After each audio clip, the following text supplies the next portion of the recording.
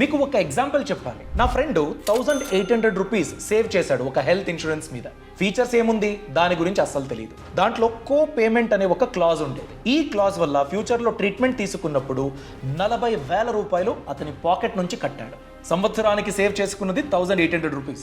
ఈ క్లాజ్ గురించి తెలియకుండా 1800 సేవ్ చేసేసాను అని ఈ పాలసీ కొనుగోలు చేశాడు. 40,000 రూపాయలు అన్నట్లయితే 22 సంవత్సరాలు ఈ పాలసీ కంటిన్యూ చేస్తే ఎంతైతే సేవింగ్స్ అయ్యేదో అది ఒక్క ట్రీట్మెంట్కి లాస్ అయిపోయింది. హెల్త్ ఇన్సూరెన్స్ తీసుకునేటప్పుడు చాలా జాగ్రత్తగా ఉండాలండి. ఎందుకంటే హిడెన్ క్లాజెస్ గురించి మనకు తెలియదనుకోండి, మనకి ఎప్పుడైతే కంప్లీట్ ప్రొటెక్షన్ హెల్త్ ఇన్సూరెన్స్ వల్ల కావాలో అలాంటప్పుడే మాకు యూజ్ అవ్వదు. దాని గురించేనండి ఈ వీడియోలో హెల్త్ ఇన్సూరెన్స్ లో కో పేమెంట్ అంటే ఏంటి, రూమ్ రెంట్ లిమిట్ అంటే ఏంటి, డిసీజ్ వైజ్ లిమిట్ అంటే ఏంటి, వెయిటింగ్ పీరియడ్ అంటే ఏంటి, వీటన్నిటితో పాటు ఇంకా 8 చాలా ఇంపార్టెంట్ హిడెన్ క్లాజుల గురించి నేను ఎక్స్ప్లెయిన్ చేస్తాను.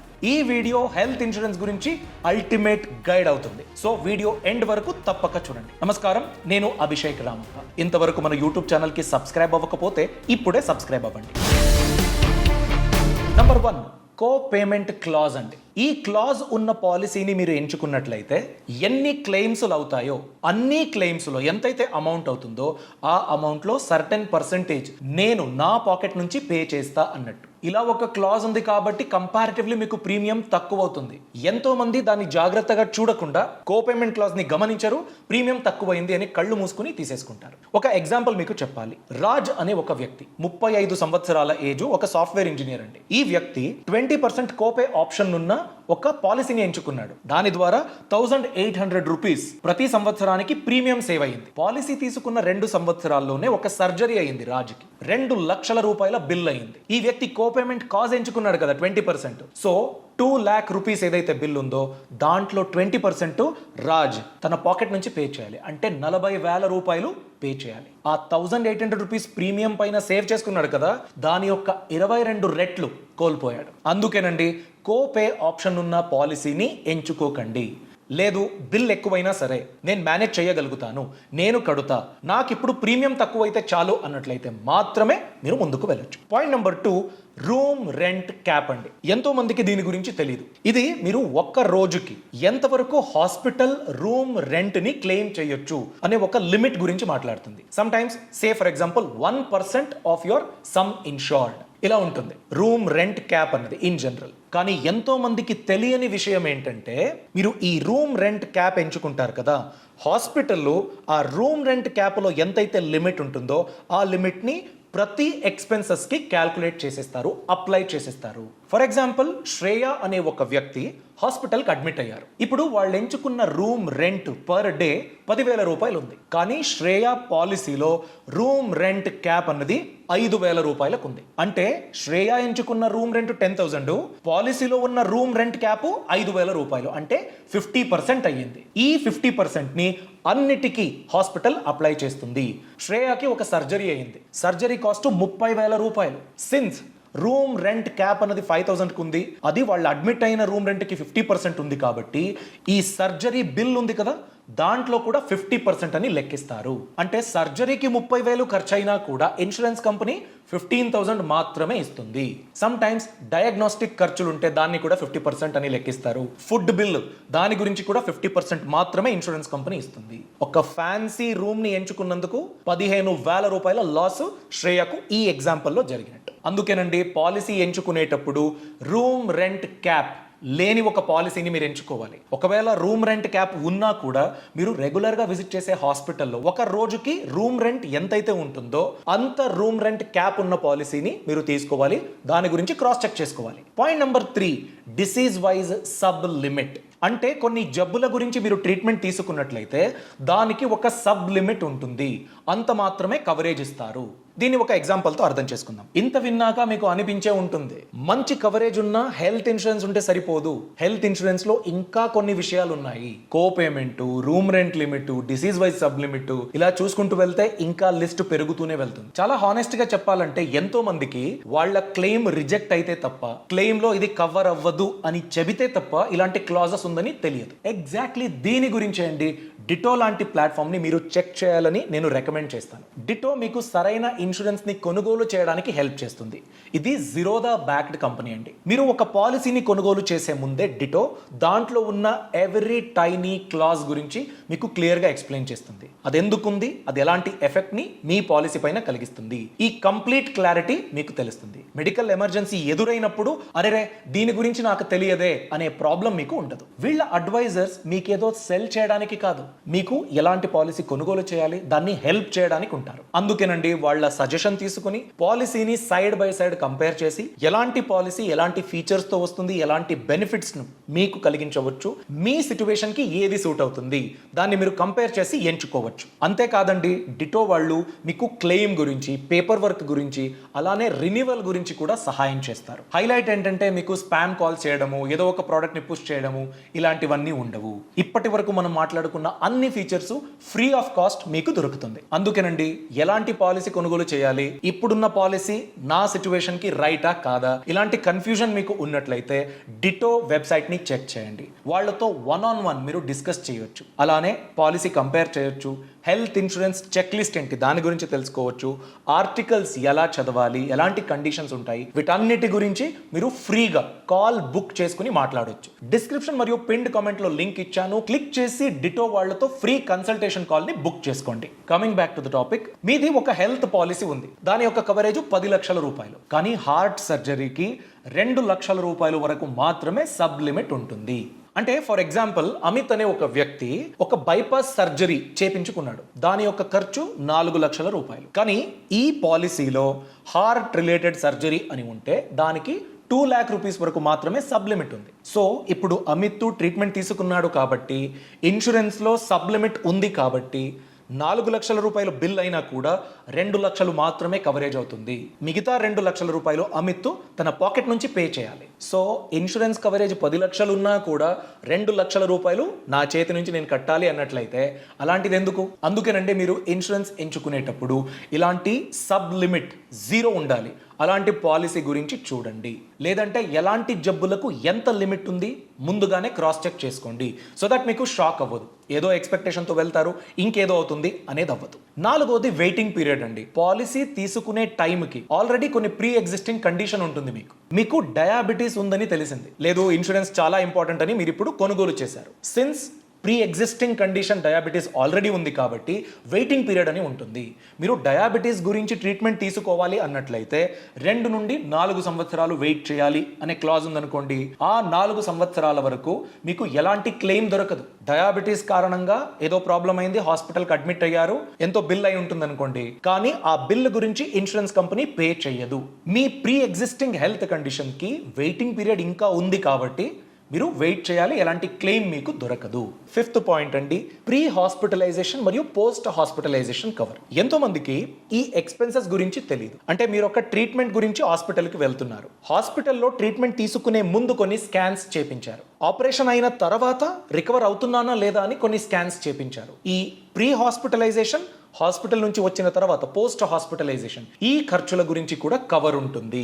అందుకే ఈ ఆప్షన్ ఉన్న పాలసీని మీరు ఎంచుకోవాలి. జనరల్ గా ప్రీ హాస్పిటలైజేషన్ 30 రోజుల ఖర్చులు, పోస్ట్ హాస్పిటలైజేషన్ 60 days ఖర్చులు కవర్ అయ్యేటట్టు మీరు పాలసీ ఎంచుకున్నట్లయితే మీకే లాభం. For example Vikram gall bladder operation చేపించుకున్నాడండి. ఆపరేషన్ కన్నా ముందు 25,000 రూపాయలు స్కాన్ గురించి ఖర్చు అయింది. ఆపరేషన్ అయిన తర్వాత రీహాబిలిటేషన్ గురించి 20,000 రూపాయల వరకు టెస్ట్ ని చేపించుకున్నాడు. ఒకవేళ ఈ pre and post hospitalization cover లేకపోతే 45,000 రూపాయలు విక్రమ్ తన పాకెట్ నుంచి పే చేయాలి. సో క్రాస్ చెక్ చేసుకోండి. 6th point, restoration benefit. ఇదేంటి, ఒక ఫ్యామిలీ ఫ్లోటర్ పాలసీ మీరు తీసుకున్నారు మీ ఫ్యామిలీకి టోటల్గా.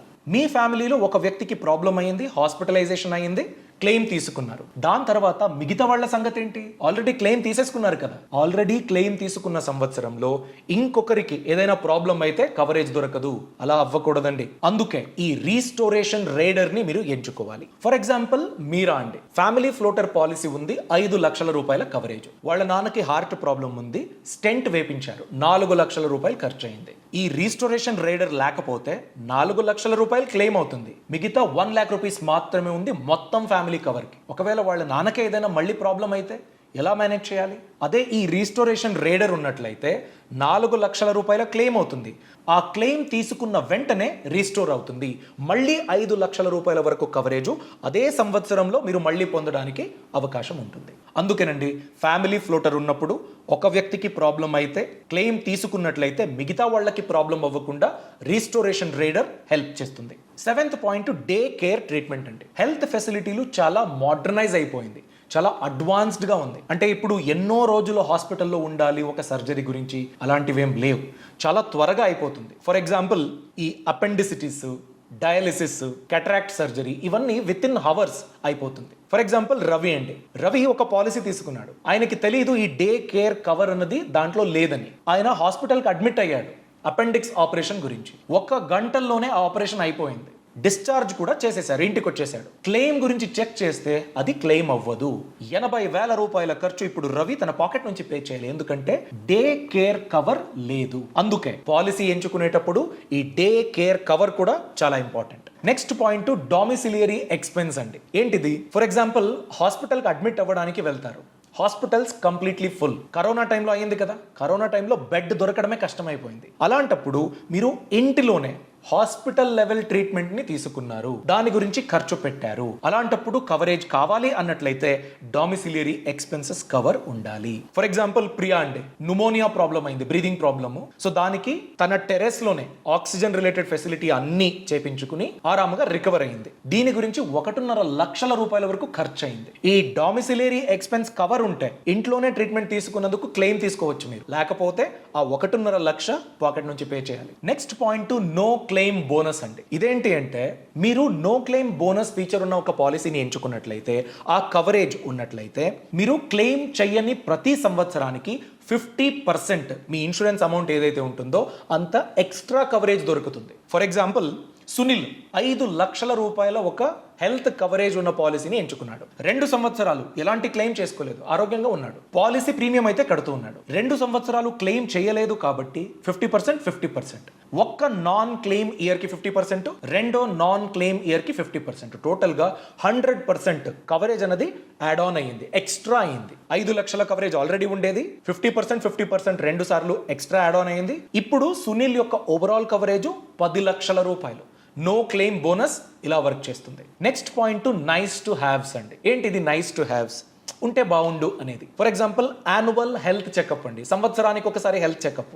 ఆయుష్ ట్రీట్మెంట్, ఆయుర్వేద గురించి మీకు ఇంట్రెస్ట్ ఉంది, మెటర్నిటీ రైడర్స్ లేదా ఓపీడీ కవర్, ఇలాంటివన్నీ ఉంటే చాలా బాగుంటుంది. కానీ విత్ ఈ nice to haves rider, without this nice to haves రైడర్కి ప్రీమియం డిఫరెన్స్ ఏదైతే ఉంటుందో 10% కన్నా తక్కువ ఉండాలి. నైస్ టు హ్యావ్స్ కావాలనేసి 10% కన్నా ఎక్కువ ప్రీమియం ఎక్స్ట్రా కడుతున్నారు అన్నట్లయితే అలాంటి కేసులో మీరు ఈ రైడర్ని ఎంచుకోవద్దు. 10% కన్నా తక్కువ ప్రీమియం ఎక్స్ట్రా అవుతుంది అన్నట్లయితే మాత్రమే ఎంచుకోండి. నెక్స్ట్ పాయింట్ అండి, చాలా మందికి ఉండే డౌట్ ఇది, ఎంత కవరేజ్ ఉన్న పాలసీని ఎంచుకోవాలి? నా ఫ్యామిలీ గురించి ఎంత కవరేజ్ నేను ఎంచుకోవాలి? చూడండి, మీ ఏరియాలో ఒక రోజుకి ఐసీయూ కాస్ట్ ఎంత ఉంటుంది, ఇంటెన్సివ్ కేర్ యూనిట్ కాస్ట్ ఎంత ఉంటుందో దాని యొక్క 30 రెట్లు, 30 times of 1 day ICU cost. For example Delhi అనుకోండి, 25,000 రూపాయలు అక్కడ ఒక్క రోజుకి ఐసీయూ కాస్ట్ ఇంటూ 30. ఈ కేసులో 7.5 లక్షల రూపాయల వరకు కవరేజ్ ప్రతి వ్యక్తికి ఉండాలి. మీరు ఫ్యామిలీ ఫ్లోటర్ ప్లాన్ చేస్తున్నాను అన్నట్లయితే ఎంతమంది ఉంటారో అంతమందికి అది మల్టిప్లై అవ్వాలి. సో ఫర్ ఎగ్జాంపుల్ 2 ఉన్న ఫ్యామిలీ అనుకోండి, 7.5 into 2 15 లక్షలు. 4 ఉన్నట్లయితే 30 లక్షల కవరేజ్ ఉన్న పాలసీని మీరు ఎంచుకోవాలి. అందుకేనండి మీరు ఏదో ఒక హెల్త్ ఇన్సూరెన్స్ ని ఇది ఓకే అని క్లిక్ చేసే ముందు ఈ చెక్ లిస్ట్ ని చూసుకోండి. నంబర్ 1 కోపే ఆప్షన్ ఉండకూడదు. నంబర్ 2 రూమ్ రెంట్ క్యాప్ ఉండకూడదు.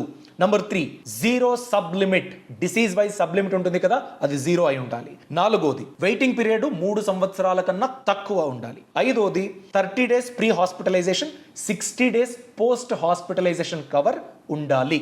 6th point restoration, no claim bonus cover ఉండే పాలసీనే ఎంచుకోండి. Lastly day care expenses cover అవ్వాలి, అలానే డామిసిలియరీ ఎక్స్పెన్సెస్ కూడా కవర్ అవ్వాలి. ఇవన్నీ ఉంటే మాత్రమే ముందుకు వెళ్ళండి, లేదా తీసుకోవద్దు. సో ఈ 12 ఫీచర్స్ గురించి మీరు తెలుసుకున్నారు. హిడెన్ క్లాజెస్ ఎలాంటివి అవాయిడ్ చేయాలి, ఎలా దాన్ని తెలుసుకోవాలి, ఎలా వర్క్ అవుతుంది అది కూడా మీకు తెలిసిపోయింది. ఇప్పుడు హెల్త్ ఇన్సూరెన్స్ కొనుగోలు చేసే టాస్క్ లో 50% మీరు గెలిచినట్టు, ఎందుకంటే మీరు ఇంకా కొనుగోలు చేయలేదు లేదు కదా. ఎలా కంపేర్ చేయాలి, ఎలాంటి ఫీచర్స్ ఉంటే బెటర్, వేరే ఏదైనా నా సిచ్యువేషన్ కి స్పెషల్లీ కవరేజ్ కావాలి అనుకున్నట్లయితే దాని గురించి తెలుసుకోవడానికి ఎక్స్పర్ట్స్ కన్సల్టేషన్ మీకు హెల్ప్ అవుతుంది. దాని గురించి మీరు ఫ్రీగా తెలుసుకోవచ్చండి డిట్టో అడ్వైజర్స్ తో మాట్లాడుతూ. దానికి మీరు చేయాల్సిందేంటి, డిస్క్రిప్షన్ మరియు పిన్డ్ కామెంట్ లో లింక్ ఇచ్చాను, క్లిక్ చేసి ఫ్రీ కన్సల్టేషన్ కాల్ ని బుక్ చేసుకోండి. ఈ ఇన్ఫర్మేషన్ మీకు నచ్చినట్లయితే లైక్ చేయండి, మీ అభిప్రాయాన్ని తప్పకుండా కామెంట్ సెక్షన్ లో తెలియచేయండి. Thanks for watching, all the best. Brand partnerships and advertising enquiries కోసం brand@bosswala.com కి ఈమెయిల్ చేయండి లేదా 9108014192కి వాట్సాప్ చేయండి. Bosswala. Be the boss.